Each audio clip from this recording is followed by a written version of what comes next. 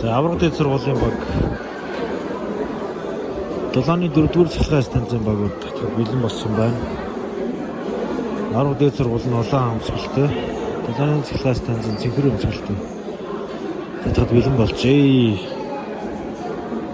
2022 оны улс татлалтын насан туршид улсын аврагчлалын тэмцээн Монгол улсад улс татлалтын холбоо усны 20 жилийн нэгэн болж байгаа.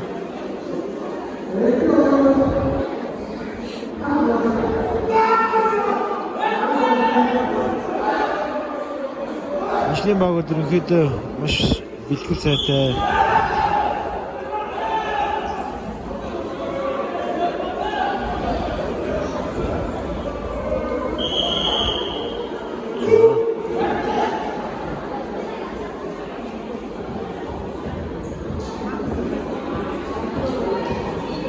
За эхний үе 4-р цахилгаан станцын баг хөчлөг авлаа.